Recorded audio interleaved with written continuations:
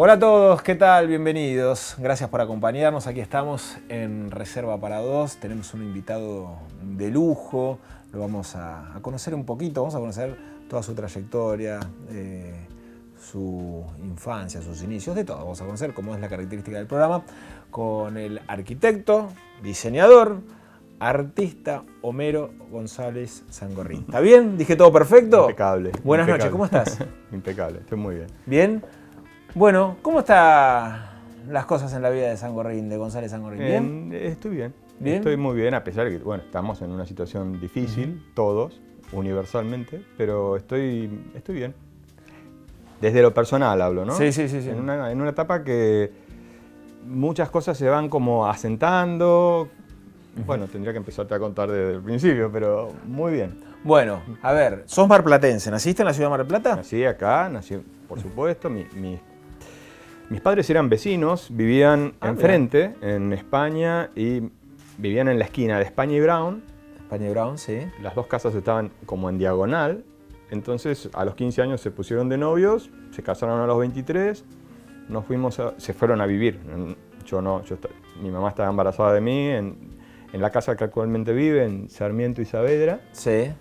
Y ahí pasé mi infancia con éramos 4 hermanos, y papá y mamá. Entonces, todo fue, en los años 60 fue una Argentina y una Mar del Plata lindísima. Pasé una infancia en donde, como mi mamá tenía campo, bueno, traía los animales, mi papá, que era el administrador del campo, traía los animales a casa. Entonces, mi casa era como un zoológico. Los de mi generación se acuerdan de mi casa no por nosotros, sino por los animales o porque como teníamos piletas de natación, venían todos a jugar a casa. Entonces fue muy divertido. Hasta los 10, 12 años pasé una infancia bárbara, entre mis hermanos, los juegos y la naturaleza y la libertad. Me acuerdo que mi mamá decía, me voy a dormir un ratito a la siesta, y en pleno Sarmiento dejaba la puerta abierta, y nosotros, como nos daba el sol de tarde, jugábamos en el living con la puerta abierta y hacemos enchastre, porque jugábamos con cuestiones de química. Y me acuerdo porque mi mamá tenía un conocido químico, entonces le daba todas las probetas, se las regalaba, y nosotros con harinas jugábamos en el porche de mi casa. Pero dimensionemos que estábamos hablando de una casa sin rejas, una casa con la puerta abierta durante 2 o 3 horas, mi mamá durmiendo la siesta al lado del living. O sea, era una Argentina muy, muy distinta como era ahora. Y eso afectó positivamente en nuestras vidas, en los bienestares que tuvimos en un momento en donde todo era muy pujante. La vida después me fue como... Yo quise tener una vida muy lineal, pero no la pude tener lineal. No es fácil. No, pero yo soy muy positivo naturalmente. Sí. Pero fui muy tímido, o sea, fui una persona totalmente... no digo introvertida, porque no es la palabra, pero como desde siempre dibujé, desde los 2, 3 años, mi mamá y mi papá veían que dibujaba, pero de una forma muy como compulsiva. Tuve la suerte de que, al contrario de otros casos, en vez de censurar mi lado creativo, me estimularon. Bueno, eso es genial. Sí, porque vos pensabas que mi papá era un hombre de campo, y venía del campo, le tenía que sacar las botas, me acuerdo que lo ayudaba a sacarle las botas, pero después me pedían que dibuje y que le muestre lo que había hecho. Entonces, mi mamá, al ser maestra, también tenía una mirada muy abierta, muy amplia de la educación, y yo encima era zurdo, y dibujaba todo con la izquierda, y agarraba el lápiz, los lápices de colores los agarraba no así, sino que lo hacía así, ponía el lápiz en el medio, de una forma que lo sigo haciendo, de una forma no convencional, pero mi mamá me dejó. En vez de atarme el brazo como se hacía antes, que se ataba el brazo derecho. O querían que sigas la profesión que quería tu papá, o seguir ese... O por mandatos familiares. Sí, tal cual. Entonces, no, tuve ciertas licencias, pese al formato de la Argentina de los años 60, que era bastante convencional. Y me crié con la libertad que te comento, pero a su vez con mucha sensación de estar haciendo lo que me gusta. porque todos esos dibujos, cuando después los plasmaba en los cuadernos... ¿Y qué dibujabas? Perdón, ¿qué dibujabas? Y, por ejemplo, yo iba al Inglés del Sur. Inglés del Sur fue un colegio que estuvo en competencia con el Day School en su momento. Después cambió de nombre. Cambió el nombre en la época de las Malvinas y se terminó convirtiendo en Argentino Modelo. Bueno, y yo hacía los deberes como tradicionalmente los hacía, pero como me aburría, porque, bueno, no queda bien que lo diga, pero me sacaba siempre buenas notas y demás, en la hoja en blanco dibujaba. Si era el día de la tradición, dibujaban gauchos, si era el día del cabildo, me acuerdo que lo dibujaba en 3 dimensiones para que en el cuaderno se abra como un cabildo... un fenómeno. Origámico, claro. Y eso le sobraba tiempo y encima hacía eso. Sí, mis compañeros me cargaban, nos seguimos viendo, pero me decían en chiste que afloje un poco, pero era tan como obsesivo en el buen sentido el hecho de crear, que dibujaba en cualquier pedacito de papel, en cualquier renglón que me sobre, y siempre era el que dibujaba. Lo raro era que era ambidiestro, entonces dibujaba con la izquierda todo lo que sea menor, pero cuando me hacían dibujar en el pizarrón, dibujaba con la derecha. Son las cuestiones no entendibles de un mundo hecho para diestros. Bueno, porque muchas veces pasa cuando hoy en plástica, a los chicos, muchas veces los padres le hacen, no sé, más que nada... Sí, a muchos de los hijos le hacen las tareas, lo le hacen los dibujos, a mí me los hacían. O los ayudan, claro. Mamá, ayúdame. En tu caso, solo vos. Es más, seguramente algún compañero lo hiciste. Sí, a todos mis compañeros los ayudaba, pero lo hacía con mucho placer. Y bueno, después todo lo que uno da después vuelve en la vida. Después me eligieron mejor compañero, entonces era un honor, era como ponerme una medalla de honor en 5º año cuando fui abanderado y además mejor compañero. Esas cosas no me olvido. Y mis compañeros de la primaria y secundaria fueron bárbaros. Me veían distinto, lógicamente, pero no estaba mal ver a un compañero distinto. Ellos también me apoyaron. Después me recibí, como me aburría tanto también, en 3er año, yo ya estaba, en segundo ya estaba especulando qué otra cosa más podía hacer, además de la secundaria. Tendría 14 años más o menos. Y yo fui a averiguar artes visuales a la Escuela Martín Malarro, a ver si podía aprender dibujo y pintura. Y me dijeron que bueno, que tenía que tener 3er año cumplido, 3er año de la secundaria, para entrar al primer escalón de los primeros 5 años. Entonces, bueno, miraba así la hora para poder entrar, entré y hacía las 2 carreras a la vez en paralelo, o sea, la secundaria por un lado y el primer año de artes visuales, en donde estudié dibujo, pintura, grabado, diseño gráfico, historia del arte, matemáticas, inglés, de arte, o sea, toda una formación muy humanística en paralelo a mi perito mercantil.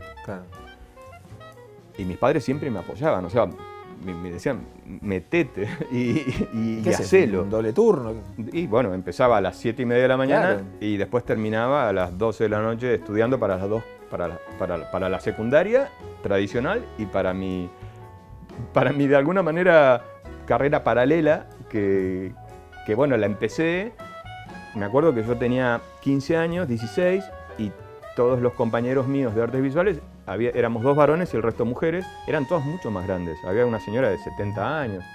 Y entonces yo era el más chiquitito, pero me ponía a dibujar atriles desnudos, que era algo muy, para mí como muy choqueante, porque ya habíamos entrado en la época militar.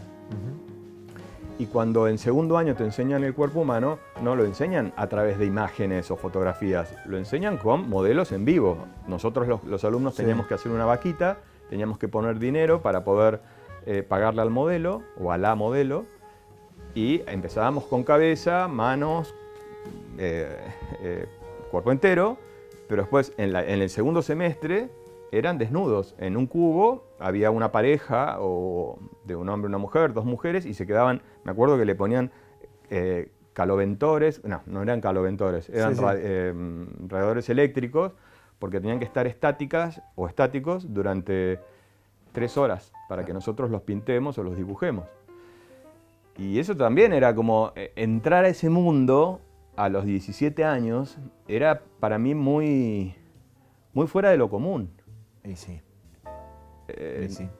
No lo hablo desde la sexualidad, lo hablo desde desde un mundo distinto al que uno hace tradicionalmente. Sí, sí, al que hacían tus compañeros. Mis compañeros jugaban al rugby, o bueno, se reunían, charlaban, y yo tenía ganas de estudiar artes visuales, ponerme de lleno a una carrera en paralelo, que bueno, que cuando terminé la secundaria se puso en crisis, ¿qué seguir? Porque en realidad mi mamá me decía, si seguís con tu profesorado de arte, vas a terminar dando clases en un garage. Fue así, muy terminante. Dura, porque no creo que haya sido... hoy a la distancia, así como me apoyó, esas palabras fueron muy decisivas y yo, de alguna manera, tomé esa... Lo tomaste y torció un poquito. Y torció un poco, y ahora vuelve. Porque, como bueno, te pero digo, quizás no dejó de ser realista. No. Es que es verdad. Fue muy dura, fue muy cruda. Y es una lástima porque en realidad un artista no debería estar dando... Si quisiera ser artista, no tendría que vivir dando clases si no quisiera. Si quisiera ser escultor, por ejemplo. Porque si vos me preguntas de toda mi variante, mi abanico de profesiones. Porque, bueno, de hecho... pinto, dibujo, hago esculturas y arquitectura. Y son como espacios comunicantes entre sí, que yo siempre trato de ensamblarlas. Mis arquitecturas son como muy simbióticas. Después te nombraré algunas y te vas a dar cuenta por qué lo digo. Pero si tuviera que elegir una profesión, elegiría ser escultor. Y hoy, ser escultor en Argentina es muy duro. Tengo conocidos y contactos en Buenos Aires que son escultores, y tienen que en su taller y atelier poner un restaurante para que los fines de semana convoque gente y de alguna manera les ingrese un dinero que por ahí con sus esculturas les cuesta. En Argentina es muy duro ser artista.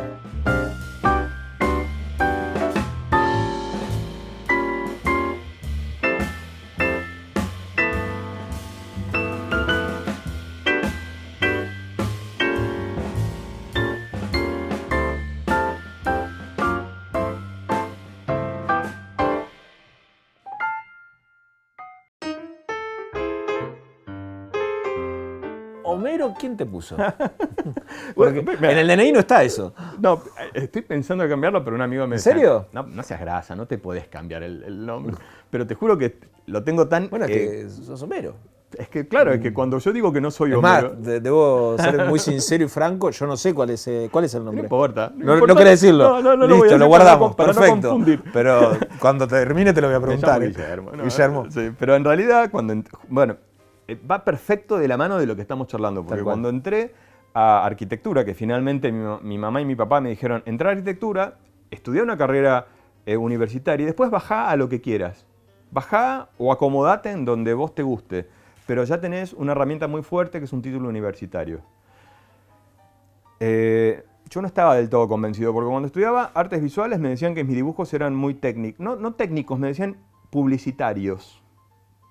La lástima es que no puedo mostrarlos, pero es verdad, eran dibujos que no eran del todo artísticos. Tenían más tendencia a lo pop, porque en los años 70 el pop era muy vigente. Entonces era Warhol. Andy Warhol, exactamente, eran muy coloridos. Yo me desalineaba de lo convencional. En realidad siempre fui un distinto, pero un distinto que en realidad en apariencia no, pero desde la creatividad sí. O sea, me apartaba de las reglas. Siempre me gustó romper las reglas. Pero no porque quiera, sino porque mi cerebro está de alguna manera como diagramado. A mí me dijeron, mira, yo te lo voy a decir, es el arquitecto que rompió el molde en Mar del Plata. ¿En serio te dijeron eso? Sí, un colega tuyo me dijo. Bueno, es un honor que me diga eso. Bueno, ¿y es así? Sí. No, me encantaría que fuera así. Lo intento hacer. Con la mayor humildad lo digo. Pero es que cuando después me recibí de arquitecto, me decían el arquitecto artista, porque yo no encajaba en arquitectura tampoco. Entonces, un profesor, hice toda la carrera de arquitectura muy rápido. Cuando miraban los dibujos, me acuerdo de una profesora me decía, pero vos venís de otro lado. Estos dibujos no los aprendiste en arquitectura. Y claro, porque no eran trazos de arquitecto, eran trazos de artista. Y yo tenía 21 años. Me recibí a los 23. Y cuando me recibí, me acuerdo que un profesor de tesis, que los profesores eran tan buenos que venían de Buenos Aires, daban 2 o 3 días sus clases y volvían a Buenos Aires. Y esos profesores eran los que después leíamos en los libros. Claro. O sea, teníamos un grado de academicismo extraordinario, Alto. yo creo que muy alto, y eso fue en los años 80. Me acuerdo que mi profesor de tesis de la facultad, yo tenía que elegir un tema, y justamente mi tema fue arte, arquitectura y diseño, creo que fue así, y cómo fusionarlos, que al día de hoy lo sostengo. O sea, esa tesis que yo le hice a los 23, totalmente como aleatoria, hoy sigue vigente porque es como mi ADN. Entonces, él me dijo algo que, porque yo no sabía si ser arquitecto, si ser artista, estaba como confundido. Incluso tengo un autorretrato en donde estoy muy triste por eso. Me amargaba, no sé si la palabra es amargarse, pero me angustiaba mucho. No saber... ¿Y en qué momento dejaste de angustiarte? Porque si no, no disfrutaste nada. No, me la pasé trabajando y estudiando. Pero no, yo te lo cuento un poco medio como dramático, pero en realidad no era bueno, tan pero algo dramático. que te Pero tenía atravesaba. algo que me angustiaba, Sí, sí. me atravesaba, es como decís vos, porque en realidad no sabía qué ejercer. Tenía todo un abanico muy grande y me decían, sé escultor, soy escultor, sé pintor, soy arquitecto, también. Pero en realidad lo que quería era hacer todo a la vez. Al día de hoy hago todo a la vez. Y si me dicen, tenemos una propuesta que de hecho la tengo, vamos a diseñar tal obra, yo diseño desde el logotipo, las servilletas, la arquitectura interior, el mensaje de la lectura exterior de ese edificio y cómo van los hierros encastrados en las losas. O sea, toda una cuestión, asesorado por supuesto, ¿no? Con cada uno de estos temas que te voy diciendo pido asesorías. Pero hoy por hoy lo hago de esa manera, o sea, hago una arquitectura global, no tomo la arquitectura como en un slot, como fragmentada. Mirá, yo te voy a definir algo que vos mismo definiste y me lo vas a explicar. Mi propósito es desdibujar los límites entre la arquitectura, el diseño y el arte creando una obra polivalente. Muy bien. ¿Está bien? Pero lo tuve que leer porque tenía miedo de errarle. Muy bien, me encanta que eso, muy bien. Me anoté porque me gustó y es lo que llevas adelante. Es que es lo que hago. Que si querés, no sé cuánto tiempo tenemos, pero si querés te voy contando el proceso de... Y yo te voy ahí, porque pasa rápido, pero dale, te voy acomodando. Bueno, vos decime si voy en velocidad rápida o en detalle. Pero bueno, me había recibido de arquitecto, vos me preguntaste por qué me pusieron Homero. Quiero retomar eso para que entiendas el por qué lo sigo teniendo ese sobrenombre. Cuando hice un curso de ingreso, solamente entrábamos 80 en la facultad. Era muy distinto el criterio y se pagaba una cuota una vez que ingresábamos, que me parecía lógico porque esa cuota ayudaba a los que no podían estudiar. Entonces, me acuerdo que, bueno, el curso de ingreso se daba durante febrero y parte de marzo para 2 materias que si las pasabas bien, entrabas dentro de los 80 de los 400 que se presentaban para ingresar a arquitectura. Yo si bien venía muy bien con mi secundaria y mi formación, las matemáticas y la física eran materias que eran analíticas y yo era humanista. Entonces, bueno, le empecé a preguntar a mi compañera de banco en el curso que estábamos haciendo de física cómo era tal y tal fórmula. Claro. Esa chica era delgada, flaquita, con el pelo lacio, muy como finita, no sé qué palabra poner. Y bueno, y en aquel momento estaban de moda los locos Adams. Entonces, mis compañeros de la facultad, y que hoy por hoy me decía, ¿cómo vas a estar diciendo eso? Eso ya pasó. No, pero para ellos pasó. A mí me quedó grabado y se los agradezco. Me empezaron a decir Homero porque ellos pensaban que nosotros éramos novios, pero en realidad yo no estaba de novio con ella.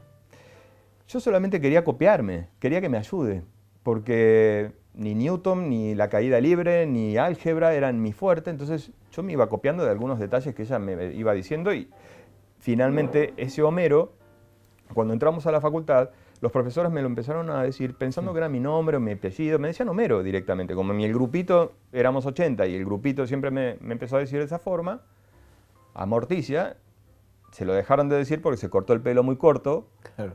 Entonces ella perdió esa mística y a mí me quedó, y cuando empecé a pintar murales que en la facultad como escape había algún concurso de algo y yo me anotaba en todo.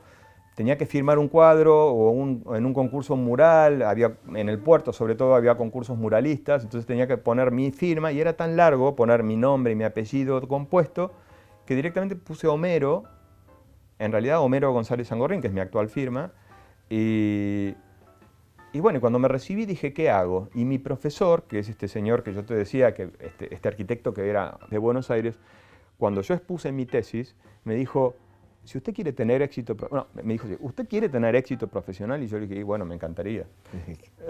¿Quién no? Entonces me dijo, bueno, me hizo así con la mano, bucee en su interior, entienda y descubra cuál es lo mejor que sabe hacer y desarróllelo. Esa va a ser la clave. No se preocupe tanto. Y entonces yo, que estaba tan angustiado, me relajé un poco porque dije, bueno, ¿qué es lo que mejor sé hacer? Y lo que mejor sé hacer es crear con mis manos. Entonces empecé creando, dibujando, y empecé desde lo más básico. Tiré tarjetitas debajo de los locales de Alem y nadie me respondió, ninguno me llamó. Entonces, me acuerdo que el dueño del bar Naranja, ¿Sí? que estaba en Alem y Saavedra. Sí, que iban muchos platenses en un verano. Sí. Me acuerdo que iban muchos los platenses. Sí, bueno, ese bar se puso muy de moda, pero bueno, el dueño me pidió que le diseñe el logo, que era un angelito. O donde era naranja, algo así se llamaba. Bueno, cuando dejó de ser el bar Naranja, claro, se transformó en donde era Naranja. Exacto. Pero en el 85, bueno, diseñé ese primer local. No diseñé el local, sino el logotipo, que después se transformó en remeras, en servilletas, en stickers. Bueno, y ese fue mi primer paso comercial. Y como me gustaba tanto, después, bueno, se fue dando que diseñé la Galería Naranja. Después me propusieron diseñar el Mirador 9. El mismo dueño del Mirador 9 me propuso a 10 años después diseñar el Mirador Waikiki. La familia Moscowski me empezó a contratar para locales comerciales de Sacoa y terminé haciendo 50 locales a lo largo de 10 años. Diseñé las cafeterías Sauro. Los helados. Los helados Janelli, pero eso fue más tarde. En los años 80 estuve tentado, en realidad fue así, me casé, mi novia era muy joven, mis padres no estaban totalmente de acuerdo, pero yo me casé igual.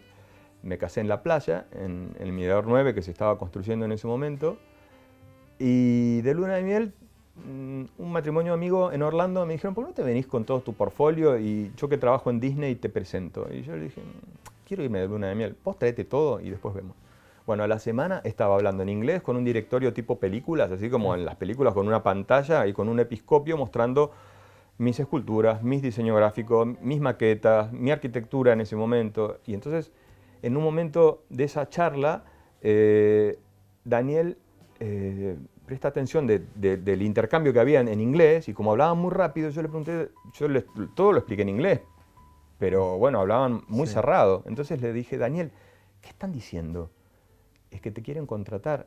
Y yo le dije, pero Daniel, yo vine de luna de miel. Claudio Álvarez Argüelles me está esperando porque tengo que terminar de decorar una de sus habitaciones. El dueño de Go y de Sobremonte, que era Eduardo Brasil, tenía que terminar algunas cosas. Alex Moscowski con Sacoa eran mis primeros clientes y los quería cuidar.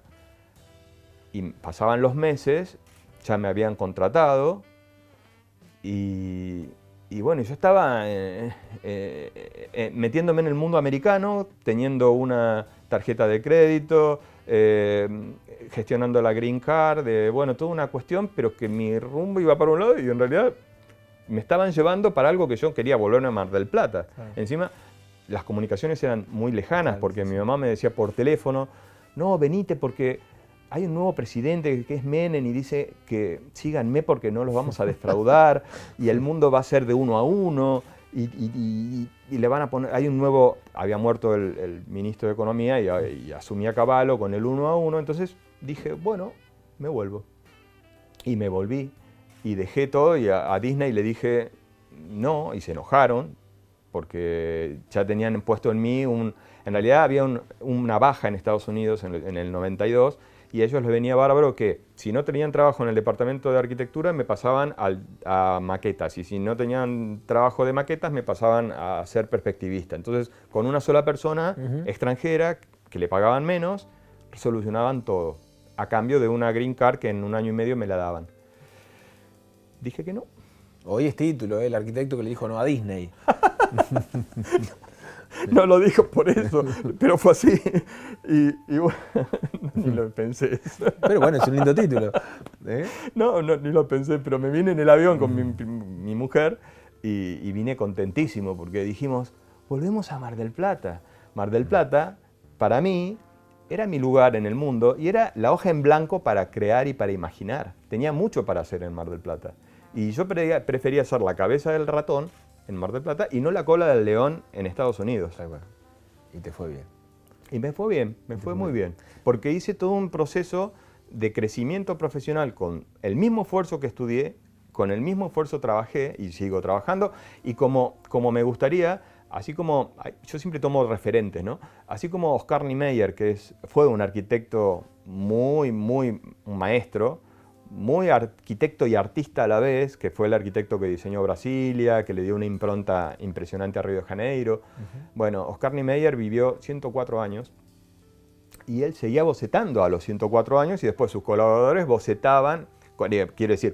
reinterpretaban esos bocetos y construían museos, espacios de conferencias. Al día de hoy, en Niterói está justamente el museo de ¿La Catedral de Brasilia? La Catedral de Brasilia. O sea, todos estos procesos de proyectos los hizo muy grande y murió a los 104 años, bocetando. Y entonces yo pasé un poco, la mitad tengo medio Niemeyer ganado, me falta otro medio Niemeyer más para seguir trabajando y dibujando. Bueno, la verdad que falta muchas cosas. Me quedó, mirá, la etapa de Gino, de la pizzería, una pizzería muy conocida en la ciudad de Mar del Plata, que uno consumió ahí, gracias a mi padre, que revoleaban las pizzas, me acuerdo, el pizzero. Eso fue un accidente de la vida, porque en realidad mi papá tuvo un primer infarto, sí, y mi mamá dijo, bueno chicos, vamos a tener que ayudar todos. Y yo decía, pero mami, yo estoy estudiando. No, vamos a tener que trabajar. Entonces, toda la familia empezó a trabajar en un negocio que no teníamos ni idea, y duró 10 años, porque al segundo, quiero decir, a los 10 años mi papá tuvo un segundo infarto, que no lo superó, y entonces mi mamá vendió ese negocio, pero que ese negocio era familiar, estaba en Tucumán y Rawson, y a mí, que yo era tan tímido, yo potencializo esa experiencia porque era recontra cerrado. O sea, pero la carta del menú la hiciste vos. Sí, ¿cómo puede ser que te acuerdes de eso? Hace 30 años. No, bueno, estaba escrita a mano y tenía dibujitos, y todas las pizzas estaban pintadas en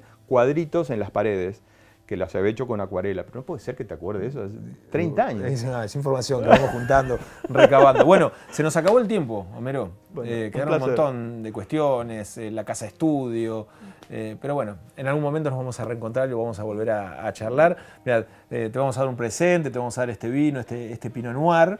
Un placer. Sí, de una bodega del sur. Sabés que es una bodega de las más australes del planeta, viñas del Nandi Fall, bueno, de un marplatense que está viviendo allá. Qué bueno. Bueno. Muy rico. ¿Y por qué brindamos? Brindamos por la creatividad, porque estemos mejor, por la vida y por vivir donde vivimos, en Mar del Plata, que es el lugar donde tenemos que potenciarla y ser muy creativos para poder volverla a poner en su lugar. Bien. Un placer. Suave, ¿te gustó? Muy bueno, muy bueno. No tomo vino, pero ¿no muy bueno. Muy bueno porque es suave. Gracias, buenas noches. Un placer.